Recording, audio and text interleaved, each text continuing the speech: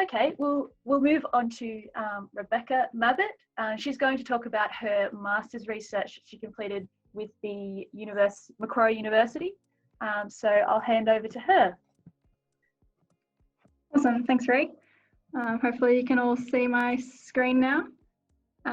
So yeah, I did this research for my master's with Macquarie University, and I'm now with the New South Wales Soil Conservation Service alongside Rhiannon. So my project was on geomorphic and vegetative river recovery on the Allyn River in the Hunter Valley, and showing the effects of river recovery over time on flow hydrology and the implications for ongoing river management. Okay, hopefully my screen changes. There we go. Yeah, so my case study is the Allyn River. So you're getting a large taste of the Hunter Valley today. And I looked at the past of the Allyn River. So what does river recovery look like in these systems, and the changes to channel conditions since the 1940s. I then looked at the effects of this river recovery on flood behaviour over time and used quantitative methods of measuring the roughness of riparian vegetation and the effects it's had on flood hydrographs throughout the record, and then made recommendations on how this can inform future river management. So the Allyn River is just north of Maitland. It's got a catchment just shy of 400 kilometres squared, a stream length of 90 kilometres. It's a gravel bed stream that is confined in its headwaters and decreases in confinement towards its confluence with the Patterson River. It's a highly modified and degraded system in a lot of places. The valley floor is largely cleared for agricultural land use, and it's undergone a range of river management works throughout the 1900s, including a lot of works as part of the Hunter River training scheme. A lot of these of which I'm sure SoilCon had quite a role in. And you can see an example of that river training works in the bottom left-hand photo, which is at Keys Bridge on the Hunter. So what does river recovery look like? Obviously, it's different for all different types of river types. In these meandering systems, river recovery often looks like a change in geomorphic features from erosive features to depositional features. So before the 1960s, it was very common to see a lot of oversteepened banks, erosive ledges, slumping, and unconsolidated and unvegetated sand and gravel sheets. And then after the 1980s, as recovery really started to accelerate, we saw the reintroduction of benches, vegetated bars, pool and riffle sequences, and the redefinition of that inset or low flow channel. Vegetation recovery looks like an increase in riparian vegetation cover, both aerial cover and density, and the reintroduction of an improved vegetation structure, so that ground, mid and canopy cover. So I looked at the historic aerial photography and compared this to current satellite imagery to quantify the change in riparian vegetation cover and condition over time. And I categorised the vegetation into ground cover only, canopy cover only, and full vegetation cover, where it was dense enough not to be able to see the ground through the canopy. And I was able to see that from 1940 to now, canopy cover increased from only 30% along the riparian corridor of the Allyn River to up to 63% now in 2016. But this riparian vegetation cover was a combination of both native and exotic species, and ground truthing revealed that the majority of ground cover and mid-story species were exotic in this riparian zone. Analysis of geomorphic structure throughout the same time period showed that shift from those erosive landforms to those depositional landforms and the contraction of that inset channel. In some places, this accounted for up to 50 metres narrowing of the inset channel and a large increase in geomorphic complexity. To then quantify this increase in vegetation cover over time, I used terrestrial LiDAR and a terrestrial LiDAR gap fraction method to calculate Manning's N. For those of you who've used Manning's N before as a measurement of roughness, you might be familiar with the often quite subjective and qualitative methods used. So often it's you're given examples of photographs of different types of vegetation with pre-assigned Manning's N values, and then it's pretty much a matter of matching what's most similar to your vegetation type in front of you. So it can be quite variable and not very consistent way of measuring roughness. By using this TLS gap fraction method, I was able to measure Manning's N much more accurately and also measure it for different flow stages. So I calculated roughness for low, moderate and major floods on the Allyn River, and I was able to show that roughness increased over time by retrospectively applying the average roughness for each of those vegetation categories to the vegetation mapping that I did for those different time slices in the 40s, 60s and 2016. On the bottom left, you can see an example of one of the TLS scans I took. So it provides a 3D point cloud of the vegetation, and I was able to strip out the terrain below it to then just measure the above ground vegetation and its influence. The figure in the middle there, you can see that big jump in roughness between the 1900s and 2016. And on the right, you can see my lovely sequence of very confusing conversions in order to take that three-dimensional point cloud and spit out the Manning's N at the end of it. Each of the different vegetation categories provided very different Manning's N results. So as you would expect, ground cover provided very little roughness, and that's for all stage heights, and didn't increase with stage height. The patchy canopy cover provided more roughness, but it did not increase substantially with increasing flood height, whereas the full vegetation cover increased more substantially for the low flows and even more so for those higher flows as well. And there's an example of each of the different vegetation categories and where those stage heights fall along the bank and the different geomorphic features. You can also see there those bench sequences which played a large role in contracting the Allyn River as river recovery took place. I then looked at the changes in flood hydrographs over time to see if this river recovery was actually resulting in in a real life result on flood behaviour. I compared floods from before 1990 to after 1990, which is when river recovery really started accelerating due to the introduction of the land care movement and a lot of better land management practices such as fencing off riparian corridors. So I compared floods with similar upstream and downstream flood peaks to try and match them as closely as possible. And I was able to show that for a 3-metre flood peak, the travel time increased from 531 minutes to 813 minutes, which is over 4 hours increase in flood travel time. And this decreased flood velocities from 2.66 metres per second to 1.6 metres per second, which is very substantial for the safety of downstream communities and also the resilience of these river systems having those lower flow velocities.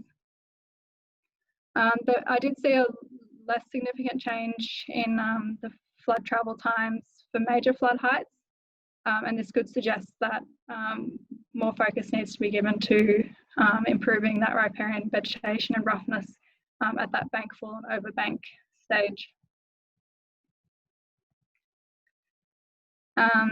And so to inform future river management, I think it's important to acknowledge that self-recovery or passive recovery in river systems can achieve a lot.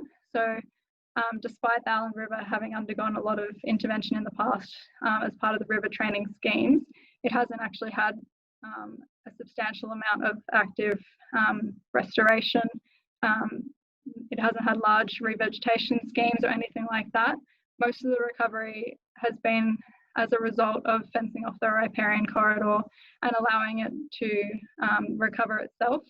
And this has resulted in quite a substantial increase in flood travel times, which is a great result. So it's not always a matter of pouring lots of money into river restoration if the river is resilient enough to do it itself over time. And we need to acknowledge that river recovery and revegetation isn't just for the pure environmental benefit. There are also a lot of implications on the safety of downstream communities, and if we can show that there is that decrease in flow velocity, then it gives a much better, it's much more encouraging to push that river recovery for the social benefit as well. And also you don't have these high flow velocities ripping through these systems and causing ongoing damage as well. We also need to acknowledge the role of invasive and exotic species in river recovery. So obviously it's not a matter of going out there and saying, oh, it's okay to have weeds all through these rivers, but we do need to acknowledge that they have provided a large amount of roughness over the last century or longer, which has contributed to a lot of river recovery. And if we go through and start removing these exotic species and managing exotic species, then we need to account for the roughness they are providing and ensure that's replaced with native equivalents, so that the geomorphic state of these rivers doesn't start going backwards and we don't see more erosion occurring where exotic species are being removed. And I think that's pretty much mine. Probably a bit quick. Thanks, Beck. Did anybody have any questions about this study? We've got one that's just come from Jenny. So, would you use the same methods to calculate Manning's N if you were to do the same study again, a similar study? Yeah. Yeah, I would. It took a lot to get to the point of using the TLS for Manning's N. And the reason I settled on that method was purely because it was the least subjective, and it also takes into account all of the roughness there, whereas Manning's N is often quite oversimplified by engineers, and it was developed by engineers to begin with, you know, your concrete channels and a lot of the values that are calculated in those visual guides that you compare to in-field examples. A lot of those are calculated using lab-based flumes and stuff like that, and so they often aren't very accurate when you then take them out into a natural setting like what I did. So a lot of my values some would consider to be quite high, but when you compare them to those people that have calculated Manning's N in very natural settings, they are potentially more accurate. So I would use it again, and also once the method's developed, taking scans with the TLS is super quick and super easy for very accurate results. So yeah, I think the way to go. And also being able to get that flood stage height measurement is quite unique, because often you get a blanket value for the entire stand of vegetation, whereas being able to see that accumulative effect with flood height, I think is very important. Excellent. We've got a question here from Alice. Are some species considered to be better for bank roughness than others? Definitely. Yeah, so an example is giant reed, which I've had a lot to do with in the Hunter as well. for those of you that aren't familiar with it, it kind of looks like bamboo. And that's where this method can be a bit not very, I guess, accurate or well informed. If I was to scan a stand of Arundo, giant reed, you'd get a very high Manning-Zen value for the surface, but because it's got a thick rhizome underground that's quite shallow, when floods do come through, it can often rip up just like a carpet and cause a lot of damage because the whole bank goes with it. So yeah, you definitely have to take into consideration species holding the banks together and how that's going to behave in flood. Similarly, any grass, less sturdy vegetation often fly down in flood and doesn't that roughness, whereas those hardier shrubs and canopy species will withstand floods and provide more roughness. So with those calculations, I was able to input essentially that sturdiness of the vegetation and how likely it was to lay down during flood to then get that Manning-Zen output. Yeah. Excellent. Thanks for that. So this comes to the conclusion of our webinar. I'll just let you know about some upcoming events that are occurring. Feel free to ask some more questions if you like in the chat there. Let me just share my screen. Apologies.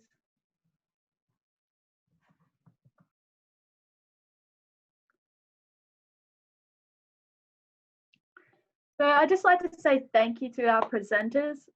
It's been really wonderful to have you all join us. And I think the whole aim of the New South Wales Forum that was held in February was to really bring people together. So whether they were research, whether they were from community, whether they were a farmer, it was a really great experience to come together and chat about what we can do on our land, to help landholders, to also learn more from each other. So I think something that I'm really excited about as a New South Wales chapter lead is to bring people together. So if there's something that you would like to organise or run, reach out and let us know and we'll help you to do that. So I'd also like to just let you know about an exciting event that we have coming up. Because of the COVID restrictions and things that are going on throughout the world, we thought it would be really great to get our river community together for World Rivers Day. So we're organising a River Fest, and it's going to occur throughout a whole day. So we'll have webinar sessions for people to join in on different themes. We'll also have keynote speakers, Ian Rutherford and a few others. We'll have some international presentations as well. And we're going to talk about different themes to do with cultural water, basin scale management, and also the theme of World Rivers Day is waterways in our communities. So we're going to hear from some projects related to that. So we'll be sending out more information about that event. It'll be on the 29th of September, and we'd love for you to join us throughout the day. So I'd just like to say thanks for joining us for our webinar, and hopefully we'll see you soon at an event in the near future.